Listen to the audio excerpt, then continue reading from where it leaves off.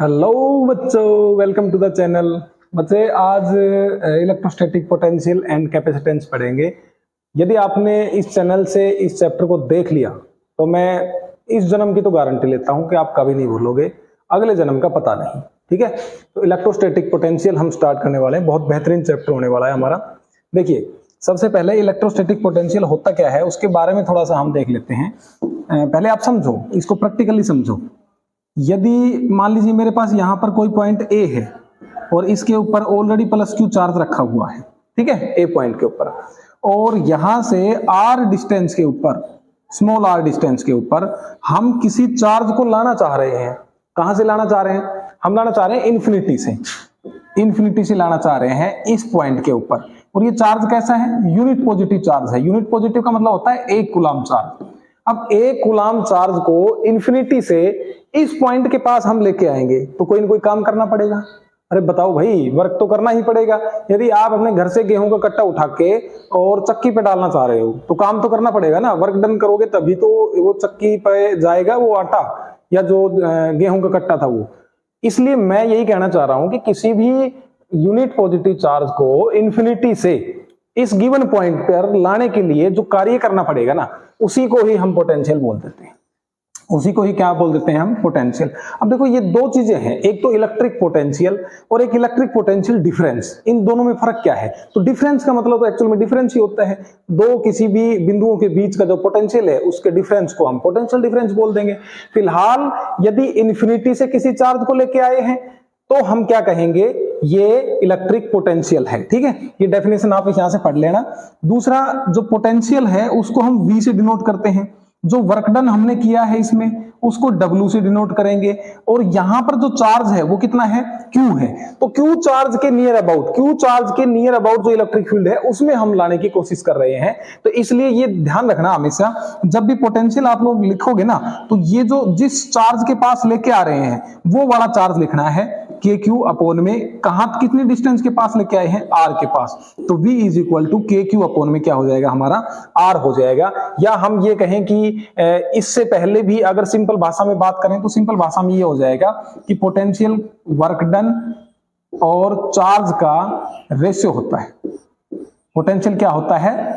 Charge का और work done का रेशियो। तो मेरे कहने का साफ साफ मतलब ये है कि जब भी किसी इनफाइनाइट पॉइंट से गिवन पॉइंट तक ये कोई चार्ज था, यहां से R दूरी के ऊपर था, यहां तक लाने के लिए जो किया गया कार्य है ना, इस चार्ज के इलेक्ट्रिक फील्ड में, उसको Q को भाग कर देंगे और मेरे पास ये क्या निकल आएगा?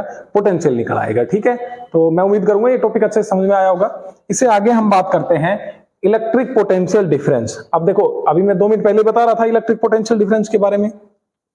एक बात बताइए, ये चार्ज मान लीजिए कोई Q है, ठीक है, यहां पर A पॉइंट ले लिया हमने और यहां पर मैंने ले लिया B पॉइंट, और ये जो पॉइंट था ये मान लीजिए R दूरी के ऊपर था। कितनी दूरी पे था? R दूरी पे।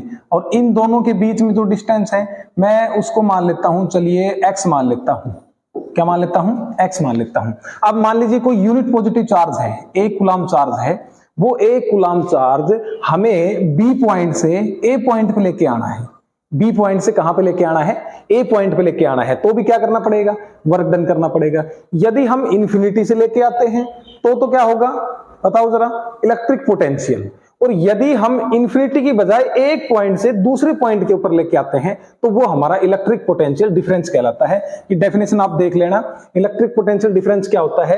Electric potential difference between any 2 point in the electric field is defined as the work done in moving a unit positive charge from one point to another point. वहां पर इन्फिनिटी टू दैट पॉइंट था, यहां पर 1 point to another point था। तो बच्चे, electric जो potential है उसकी जो यूनिट होती है उसको हम वोल्ट V से लिखते हैं। डायमेंशन फॉर्मूले की अगर बात करें, डायमेंशन फॉर्मूला बताइए कैसे लिखोगे? V इज इक्वल टू क्या होता है? W अपॉन में Q। W क्या होता है? फोर्स गुणा में डिस्प्लेसमेंट अपॉन में Q। फोर्स का क्या होता है? M/L/T-2। डिस्टेंस क्या होती है या डिस्प्लेसमेंट L। चार्ज होता है हमारा AT। जैसे ही हम इसको कैलकुलेट करेंगे, M/L/T-2 है, -1 और हो गया यहां से, -3 और A-1, ये इसका डायमेंशन फॉर्मूला हो जाएगा। अब देखिए जरा, एक बात मुझे आप बताओ कि जो पोटेंशियल होता है वो क्या होता है? वर्क डन भाग में चार्ज, वर्क डन को जब चार्ज से हम डिवाइड करेंगे तो पोटेंशियल आ जाएगा। पोटेंशियल की यूनिट होती है वोल्ट, तो ये वोल्ट 1 कब आएगा, ये वोल्ट 1 जब आएगा जब ये भी 1 हो ये भी 1 हो।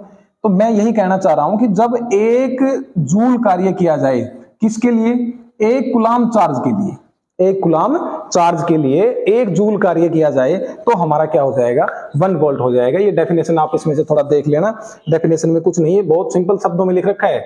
Electric potential at a point is 1 volt if 1 joule of work is done in moving 1 coulomb of positive charge from infinity to that point. अगला टॉपिक है हमारा potential at a point due to a point charge. बहुत अच्छा topic है, समझो इसको जरा। मैं क्या करता हूं कि यहां पर मेरे पास कोई भी चार्ज क्यू था, ठीक है, और ये पॉइंट मैंने कोई भी पॉइंट ए मान लिया जो इस पॉइंट से आर डिस्टेंस के ऊपर है। इस पॉइंट से कितने डिस्टेंस पे है, आर डिस्टेंस पे है, ठीक है। यहां कहीं इन्फिनिटी है, बहुत ज्यादा दूर इन्फिनिटी है। इस इन्फिनिटी से मैं इस यूनिट पॉजिटिव चार्ज को ए पॉइंट के ऊपर लेके आना चाह रहा हूं। इस पॉइंट पे देखो पोटेंशियल हमें एक्चुअल में प्रूव क्या करना है, V is equal to K Q upon में आर होता है, ये प्रूव करना है। लेकिन हम इसको जब तक याद नहीं करेंगे जब तक कि ये प्रूव ना हो जाए, ठीक है। जैसे ये एक बार प्रूव हो जाए तो आगे भविष्य में फिर हम हमेशा जो है V is equal to K Q upon में आर किया करेंगे।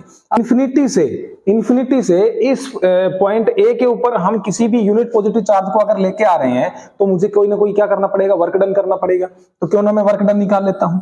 तो वर्क डन होता है मेरा फोर्स गुणा में डिस्प्लेसमेंट, फोर्स गुणा में displacement. Displacement let's say R, क्योंकि हमने इसको आर माना है तो हम डिस्प्लेसमेंट को डी आर से डिफाइन कर देते हैं, ठीक है। अच्छा मुझे एक बात बताओ, यहां पर यूनिट पॉजिटिव चार्ज है, ठीक है, और यहां पर क्यू चार्ज है। जब हम इस यूनिट पॉजिटिव चार्ज को बी पॉइंट पे ला चुके होंगे तो यहां पर 1 + 1 आ चुका होगा, +1 कूलम आ चुका होगा कि नहीं। अब इन दोनों के बीच में फोर्स की बात करें तो फोर्स क्या होगी, फोर्स क्या होगी, F is equal to Coulomb's law से K Q इनटू में Q2 और अपॉन में डिस्टेंस कितना है R स्क्वायर। ये मेरे पास आ गई F की वैल्यू आ गई। जैसे ही मेरे पास F की वैल्यू आ गई, मैंने तो निकालना क्या है, मेरे को तो पोटेंशियल निकालना है। और पोटेंशियल कैसे निकलेगा, V is equal to W upon में Q से निकलेगा। तो मैं W निकालना चाह रहा हूं, W फोर्स इनटू में डिस्प्लेसमेंट होता है, तो मुझे फोर्स की वैल्यू भी चाहिए। फोर्स की वैल्यू मैं इसमें पुट कर देता हूं और dW is equal to KQ बटे में R स्क्वायर इनटू में dr, ठीक है। अब मैं क्या कर देता हूं, इंटीग्रेट बोथ साइड। जैसे ही इंटीग्रेट करेंगे ना बच्चों, अच्छा एक बात बताओ, इंटीग्रेट कहां से कहां तक करना है, इंटीग्रेट इन्फिनिटी से आर तक करना है। इस आर पॉइंट के पास ही तो लाना चाह रहे हैं, इस इन्फिनिटी से आर तक लेके आएंगे तो इन्फिनिटी से आर ही हम क्या कर देंगे, इंटीग्रेट कर देंगे within the limit between infinity to R. देखो जरा एक बार, यहां पर इंटीग्रेशन किसका करना है, के क्यू अपॉन में आर स्क्वायर इनटू में डी आर का। मैं यहां पर लिख रहा हूं D W is equal to K Q upon में आर स्क्वायर। इसका इंटीग्रेशन लिमिट कितनी होगी, इन्फिनिटी से लेकर आर तक। इस पे से इंटीग्रेशन डिफरेंशिएशन से कैंसिल आउट हो जाएगा। W की वैल्यू K कांस्टेंट है, बाहर ले लिया, Q कांस्टेंट है, बाहर ले लिया। इंटीग्रेशन में बच गया इन्फिनिटी टू R 1 अपॉन में R स्क्वायर इनटू में dr। अब देखो R स्क्वायर का जो इंटीग्रेशन है, ये R की पावर ऊपर चली जाएगी, -2 +1 कर देते हैं और जो ऊपर है उससे भाग कर देते हैं। ऊपर हो गया R की पावर -1 अपॉन में -1, इसको -1 अपॉन में R भी लिख सकते हैं, ठीक है। -1 अपॉन में R इसका इंटीग्रेशन यहां पे कर रहा हूं। जैसे ही W is equal to K Q -1 upon में R और इसकी लिमिट रख देंगे इन्फिनिटी से लेकर R तक, इन्फिनिटी से लेकर किस तक रख देंगे, R तक रख देंगे। तो W की वैल्यू आ जाएगी -KQ अपॉन में R, -KQ अपॉन में R आ जाएगा। अब पोटेंशियल बताओ, पोटेंशियल क्या होता है, W अपॉन में Q, W अपॉन में Q होता है। अब मुझे एक बात बताओ कि किस चार्ज को लाया जा रहा है, +1 कूलाम को। तो यहां पर जो चार्ज है वो कितना है, 1 कूलाम है। 1 कूलाम है तो पोटेंशियल की वैल्यू किसके बराबर होगी, वर्क डन के बराबर होगी। या मैं कहूं कि इस चीज को 1 से भाग कर दो तो भी क्या आएगा, इतना ही आएगा। तो यहां से पोटेंशियल की वैल्यू -KQ अपॉन में R होगा। भी हम किसी भी इस वाले इन्फिनिटी के ऊपर +1 चार्ज को जब मैं यहां लेके आऊंगा तो मुझे एक बात बताओ, फोर्स लगानी पड़ेगी। कि क्या लगानी पड़ेगी, फोर्स लगानी पड़ेगी। फोर्स लगानी पड़ेगी तो मैंने इस चार्ज को इस तरफ खींचा तो मैंने फोर्स लगाई। अब इसका डिस्प्लेसमेंट बताओ, डिस्प्लेसमेंट भी इसी डायरेक्शन के अंदर हुआ है तो एफ भी यहीं पे है और डिस्प्लेसमेंट भी यहीं पर है ds भी, तो दोनों ही इस डायरेक्शन के अंदर है तो थीटा की वैल्यू यहां पर क्या हो जाती है 0 और cos 0 क्या हो जाता है मेरा 1 हो जाता है। अच्छा ठीक है, अब इससे आगे जब हम किसी पॉइंट चार्ज के लिए या 2 पॉइंट चार्ज के लिए करेंगे तो उससे आगे मैं आपको समझाऊंगा कि माइनस का क्या रोल होता है। ठीक है, तो मुझे उम्मीद है कि आप लोगों को ये समझ में आया। अब आपको अच्छे तरीके से ये याद करना है कि पोटेंशियल को मैं हमेशा क्या सोच के याद करूंगा, V = KQ अपॉन में R, और Q कौन सा लेना है, जो ऑलरेडी चार्ज प्रेजेंट है, जिस चार्ज के पास हम इंफिनिटी से लेके आ रहे हैं। अगला टॉपिक देखो, potential difference between 2 point. Potential, अच्छा मुझे एक बात आप समझाओ पहले कि यदि यहां पर ऑलरेडी कोई भी चार्ज Q रखा हुआ है और ये पॉइंट A है और यहां पर कहीं पॉइंट B है, तो इस A पॉइंट और B पॉइंट जो है इनकी हम दूरी एक बार लिख लेते हैं। यहां से लेकर यहां तक ये है R1 और यहां से यहां तक ये है R2। ठीक है, 2 पॉइंट के ऊपर देखो पोटेंशियल डिफरेंस बिटवीन 2 पॉइंट्स, इन दोनों पॉइंट के बीच में पोटेंशियल डिफरेंस हमें कैलकुलेट करना है।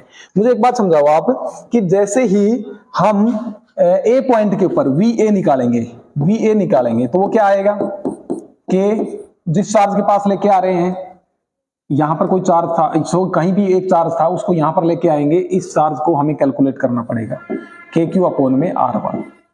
ठीक है, B पॉइंट के ऊपर बताओ VB क्या हो जाएगा, KQ अपॉन में, अब B पॉइंट की इस चार्ज से दूरी कितनी है, R2 है। क्या हो गया हमारे पास, KQ अपॉन में R1, KQ अपॉन में R2, ये हो गया। ठीक है, पोटेंशियल डिफरेंस निकालना है। पोटेंशियल डिफरेंस निकालने के लिए हम क्या कर देंगे, माइनस कर देंगे VB minus VA, VB minus VA।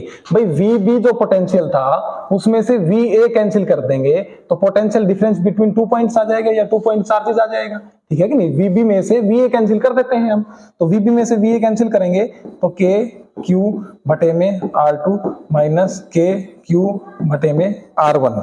इतना होने के बाद क्या लिखेंगे बोलो, V = KQ मैंने कॉमन ले लिया और मेरे पास आ जाएगा 1 अपॉन में R2 माइनस 1 अपॉन में R1। This is the potential difference between 2 point charges. देखो बच्चों, अब बात करते हैं potential at a point due to 2 point charge. 2 point charges हैं, उनके इस O पॉइंट के ऊपर हमें पोटेंशियल फाइंड आउट करना है। ये P1 है, ये Q है, ये P है, ये R1 हो गया, ये R2 हो गया। लेट्स से इस पे चार्ज Q1 है, इस पे चार्ज कितना होगा, Q2 हो गया। यदि हम सिंपल इस सिचुएशन को मान के चले, ये P पॉइंट था, ठीक है, इस वाले के ऊपर ये डिस्टेंस मान लीजिए R1 है, तो KQ अपॉन में R1 हो जाता है, KQ अपॉन में R1। यदि चार्ज Q1 है तो हम Q1 ले लेंगे, तो वो हमने क्या मान लिया, V1 मान लिया, तो V = KQ1 अपॉन में R1 हो गया। अब दूसरी सिचुएशन इस वाले के आधार पे हम करें तो KQ अपॉन में R कितना है, R2, चार्ज कितना है, Q2 हो गया, तो ये हमारा V2 हो गया। अब V = V1 प्लस का V2, V1 प्लस का V2, तो V1 प्लस V2 करेंगे तो क्या होगा बताइए जरा, KQ1 अपॉन में R1 प्लस का KQ2 अपॉन में R2। इससे आगे जब हम जोड़ देंगे, ये चार्जेस जो है ना छोटे थे, वो आप थोड़ा देख लेना, इससे आगे जब हम जोड़ देंगे तो KQ1 अपॉन में R1 प्लस का Q2 अपॉन में R2, इसका पोटेंशियल हो जाएगा, जो कि मैंने यहाँ पर अच्छे तरीके से लिख रखा है। K की वैल्यू हर जगह 1 अपॉन में 4 पाई एप्सिलॉन नॉट हमने लिख रखी है, उसकी जगह आप K भी लिख सकते हो, ये भी रख सकते हो। एप्सिलॉन नॉट का मान भी आप सभी को पता है। ठीक है, आगे है potential at a point due to an electric dipole. बच्चे ये टॉपिक जो है ना वो इतना ज्यादा इंपॉर्टेंट है और मैं गारंटी देता हूं अगर आपने एक बार मेरे से समझ लिया ना ये, तो आप इसको जिंदगी भर नहीं भूलोगे। ठीक है, लेकिन उससे पहले मेरे को पहले डायग्राम के ऊपर मेहनत करनी पड़ेगी। तो सबसे पहले चलिए हम डायग्राम की ओर बढ़ते हैं और डायग्राम आपको समझाता हूं। एक बार आपको डायग्राम अच्छे समझ में आ गया तो आप जो है कभी नहीं भूलेंगे। ठीक है, ये मेरे पास एक मैंने डाइपोल ले लिया और ये डाइपोल जो है वो माइनस Q और प्लस Q चार्ज से मिलकर बढ़ता है। यहां पर कोई पॉइंट R था, इसकी मैंने ये डिस्टेंस ले ली बिल्कुल मिड से, बिल्कुल मिड से मैंने डिस्टेंस ले ली। ठीक है, माइनस Q चार्ज था, प्लस Q चार्ज था और ये डिस्टेंस A हो गई, ये डिस्टेंस भी A हो गई। मुझे एक बात समझाओ आप जरा, डाइपोल के बीच की टोटल डिस्टेंस कितनी होती है? 2a होती है। 2a होती है ना, बोलो। ठीक है, उसके बाद मैं क्या करना चाह रहा हूं कि ये जो पॉइंट था ये P पॉइंट था मान लीजिए, और ये R डिस्टेंस के ऊपर था। किस डिस्टेंस के ऊपर था? ये R डिस्टेंस के ऊपर था। अब मैं इन दोनों लाइनों को भी मिला देता हूं। चलिए ये लीजिए, मिला दी, और यहां से भी मिला दी। ठीक है, ये जो एंगल था मेरा ये थीटा डिग्री है। ये एंगल कितना है? थीटा है। ठीक है, तो ये तो था एक डाइपोल पे किसी पॉइंट P के ऊपर R डिस्टेंस के ऊपर रखा हुआ है, और उस पे हमें क्या निकालनी है? इलेक्ट्रिक पोटेंशियल फाइंड आउट करना है। तो इलेक्ट्रिक पोटेंशियल को कैसे लिखेंगे? बोलो, KQ अपॉन में R से लिखेंगे। ठीक है, तो बच्चों यहां पर ना एक छोटी सी बात हमें कंसिडर करके चलनी पड़ती है, वो ये है कि ये जो डाइपोल है ये बहुत ज्यादा छोटा है। डाइपोल क्या है? बहुत ज्यादा छोटा है। तो इसमें 2-3 कॉन्सेप्ट यूज करेंगे, और वो कॉन्सेप्ट आप थोड़ा सा ध्यान से समझना। वो कॉन्सेप्ट क्या क्या है देखो एक बार। ये डायग्राम था हमारा। वो कॉन्सेप्ट ये था कि यदि डाइपोल बहुत छोटा होगा और वहीं भी R पॉइंट है, तो इस R पॉइंट से ये जो दूरी है और इसके बीच की जो ये जितनी भी भुजाएं है ना, ये सारी आपस में बराबर होंगी। यदि आप प्रैक्टिकली सोच के देखो ना ये चीजें, यदि छोटा सा डाइपोल है और उससे हम कोई भी 3 चीजें ऐसे 3 लाइन ऐसे खींचेंगे तो ये तीनों आपस में बराबर होगी। ये बात मैं आपको समझाना चाह रहा हूं। तो इससे बेसिकली क्या है, मैं ये कहना चाह रहा हूं कि ये कब होगा? जब डाइपोल बहुत ज्यादा छोटा हो। ठीक है, अब हम परपेंडिकुलर ड्रा करेंगे। अब देखिए जरा, अगर डाइपोल बहुत छोटा है और एक लाइन ये है और एक लाइन ये है, इनमें अगर मैं इस पे परपेंडिकुलर ड्रॉ कर दूं, इससे इसके ऊपर परपेंडिकुलर ड्रॉ कर दूं, तो ये दोनों लाइन आपस में क्या हो जाएंगी? बराबर हो जाएंगी। या फिर आप इसको ऐसे नहीं तो ऐसे समझे कि जैसे ही मैंने एक लाइन ये ले ली, एक लाइन ये ले ली, अगर इन दोनों को समझने की कोशिश करें तो ये दोनों लाइन मुझे बराबर करनी है। तो मैं दोनों लाइन बराबर करने के लिए मैं क्या करता हूं? ऐसे एक 90 डिग्री एंगल खींच देता हूं। अब ये लाइन भी और ये लाइन भी दोनों बराबर हो जाएंगे। लेकिन ये सिर्फ उसी केस में होगा जब ये दूरी बहुत ज्यादा छोटी है। जब ये दूरी बहुत ज्यादा छोटी है उसी केस में ही हो पाएगा, अन्यथा ऐसी चीजें पॉसिबल नहीं है। ठीक है, तो अब बात करते हैं, देखिए अब एक बार बात करते हैं इस पे परपेंडिकुलर ड्रॉ करने की। तो मैं इस पे एक परपेंडिकुलर ड्रॉ कर देता हूं, ये वाला। ये हो गया मेरा 90 डिग्री एंगल। ठीक है, ये परपेंडिकुलर मैंने ड्रॉ कर दिया है। इसी प्रकार इसके ऊपर भी हम परपेंडिकुलर ड्रॉ करेंगे। तो एक बार परपेंडिकुलर ड्रॉ करने के लिए इस लाइन को थोड़ा सा आगे बढ़ाते हैं, और यहां पर मैंने एक परपेंडिकुलर ड्रॉ कर दिया, ये वाला 90 डिग्री एंगल हो गया। आप मुझे एक बात बताइए, ये डिस्टेंस मैं R2 मान के चल रहा हूं, ये डिस्टेंस मैं R1 कंसीडर करके चल रहा हूं। मुझे किसी तरह P पॉइंट के ऊपर पोटेंशियल प्लस Q की वजह से निकालना है। तो KQ अपॉन में R यहां पर R2 है। R2 की वैल्यू क्या होगी? जब मैंने 90 डिग्री एंगल कर दिया तो अब 90 डिग्री करने के बाद ये वाली भुजा और ये वाली भुजा दोनों चीजें आपस में क्या होंगी? बराबर होंगी। अब ये वाली टोटल R है, अगर मैं इसमें से ये वाली कैंसिल कर दूं तो मेरे पास ये इसके बराबर आ जाएगा। तो ये क्या होगा? A था, तो ये तो हो गया A कोस थीटा। इधर वाला सिर्फ इतना वाला A कोस थीटा। ठीक है, नीचे कहीं A साइन थीटा होगा, हमें उससे कोई मतलब नहीं है। उसी प्रकार ये एंगल अगर थीटा है तो ये एंगल भी थीटा होगा। बोलो भाई, ये एंगल अगर थीटा है तो ये एंगल भी तो थीटा होगा, क्योंकि दो सीधी रेखाओं के बीच में अगर ये थीटा है तो ये भी थीटा होगा। ये बातें आपको पता है। अब देखो, ये थीटा है और ये A है, ये थीटा है और ये A है, तो A के साथ वाला A कोस थीटा, इसको मैं लिख रहा हूं A कोस थीटा। ठीक है, इसके साथ वाला A कोस थीटा, और यहां कहीं A साइन थीटा होगा, हमें उससे कोई मतलब नहीं है। फिलहाल मैंने क्या किया कि परपेंडिकुलर डाल दिया, इससे और इससे परपेंडिकुलर डालने से ये भुजा और ये भुजा दोनों आपस में बराबर हो गई। लेकिन ये भुजा यहां तक की बराबर हुई है, यहां तक की, इतनी और इतनी, ये दोनों आपस में बराबर है। समझ में आ रही है ये बात? आप मुझे एक बात बताओ, ये टोटल R थी, यदि R में से मैं A कोस थीटा घटा दूं तो मेरे पास इतनी इतनी बच जाएगी। अरे बताओ, आपके पास 100 रुपए है, 50 घटा दो तो 50 बच जाएंगे। तो यहां तक 100 रुपए थे, 50 घटा दिए तो 50 बच गए। ठीक है, तो टोटल डिस्टेंस में से, टोटल डिस्टेंस थी मेरी R, टोटल डिस्टेंस कितनी थी? R। उस R में से ये A कोस थीटा घटा दिया तो ये R minus A cos theta बच गया, और ये इसके बराबर होगा R minus A cos theta. ठीक है बच्चों, उसी प्रकार आप देखो, ये जो इतना था, ये जो इतनी भुजा थी, ये बराबर होगी किसके? इसके। लेकिन जब हमने परपेंडिकुलर ड्रॉ किया तब, तो अब ये टोटल भुजा देखो, जिस पे मैं ये लाइन खींच रहा हूं, ये भुजा और ये भुजा, ये आपस में बराबर होंगी परपेंडिकुलर डालने के बाद।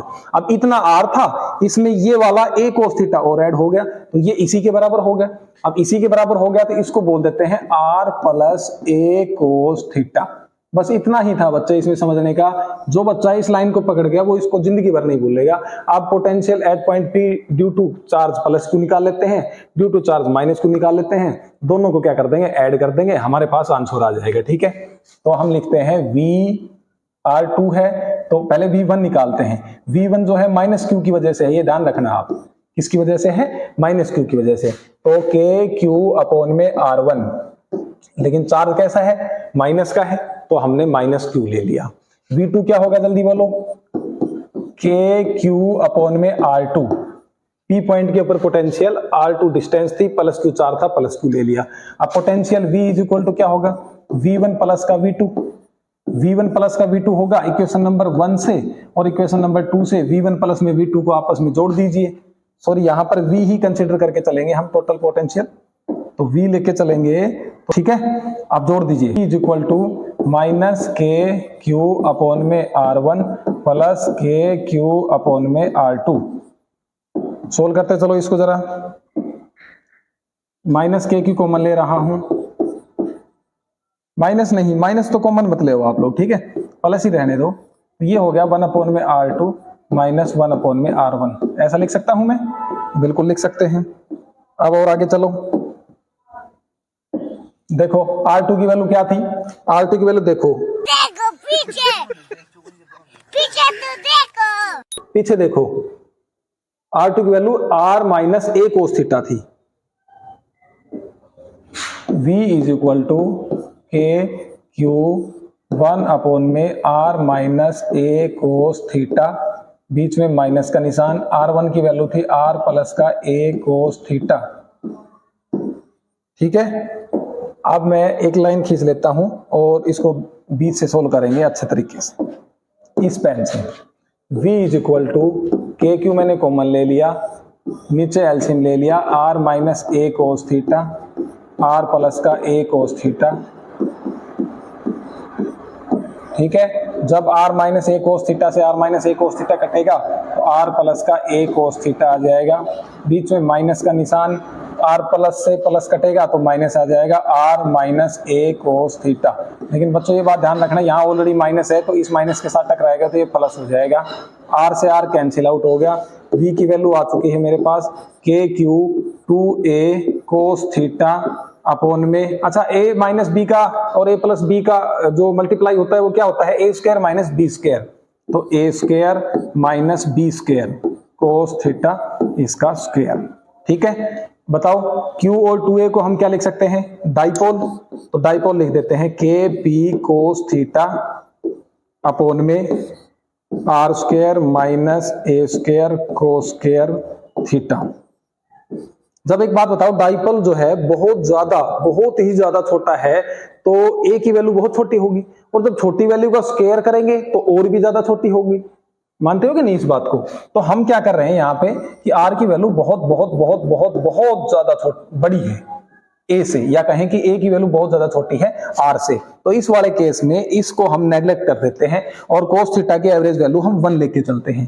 तो ये हम इस टर्म को नेग्लेक्ट कर देंगे तो मेरे पास V की वैल्यू आ जाएगी KP कोस थीटा और अपॉन में R स्क्वायर, और यही हमें फाइंड आउट करना था, यही हमें क्या करना था बच्चे, फाइंड आउट करना था। और V is equal to KP cos theta upon में R स्क्वायर हो जाएगा। इसे आगे देखो, हमने ये वैल्यू अच्छे तरीके से निकाल ली है, KP कोस थीटा अपॉन में R स्क्वायर, K को हमने 1/4 पाई एप्सिलॉन नॉट लिख रखा है, KP कोस थीटा अपॉन में R स्क्वायर। अब ये चीजें कैसे थी, देखो ये ऐसे थी, एक डाइपोल था, यहां से किसी बिंदु R के ऊपर हमें पोटेंशियल फाइंड आउट करना था डाइपोल की वजह से, ठीक है। अब एक बात बताओ, ये जो पॉइंट था ये एंगल थीटा था, अगर ये जो पॉइंट था ये पॉइंट एक्सियल लाइन पे हो, यहां पर हो, तो इसका मतलब क्या होगा, थीटा की वैल्यू कितनी हो जाएगी, 0 हो जाएगी। जब थीटा की वैल्यू 0 होगी तो कोस थीटा कितना होगा, कोस 0 1 होगा, तो इसकी जगह हम क्या लिख देंगे, 1 लिख देंगे। तो एक्सियल लाइन के ऊपर पोटेंशियल आ जाता है KP अपॉन में R स्क्वायर, KP अपॉन में R स्क्वायर आ जाता है, और इसको हम यही लिखते हैं KP अपॉन में R स्क्वायर। अब मुझे एक बात बताओ, ये तो चलो किसी न किसी स्पेसिफिक एंगल थीटा के ऊपर था, यदि ये एक्सियल लाइन पे ना होके इक्वेटोरियल लाइन पे होता, बिल्कुल इसके परपेंडिकुलर होता, यहां पर कहीं आर पी पॉइंट ले लेते हैं हम, तो इस वाले केस में परपेंडिकुलर में थीटा की वैल्यू कितनी हो जाती है 90 डिग्री। जब कोस थीटा की वैल्यू 90 डिग्री है तो कोस 90 कितना हो जाता है 0 हो जाता है। जब कोस 90 0 हो जाएगा तो यहां पर 0 रखेंगे तो पोटेंशियल का मान कितना आएगा इक्वेटोरियल के ऊपर, पोटेंशियल की वैल्यू क्या आ जाएगी 0 आ जाएगी। बहुत अच्छा टॉपिक था ये, मैं उम्मीद करूंगा कि आप सभी को ये समझ में आया होगा।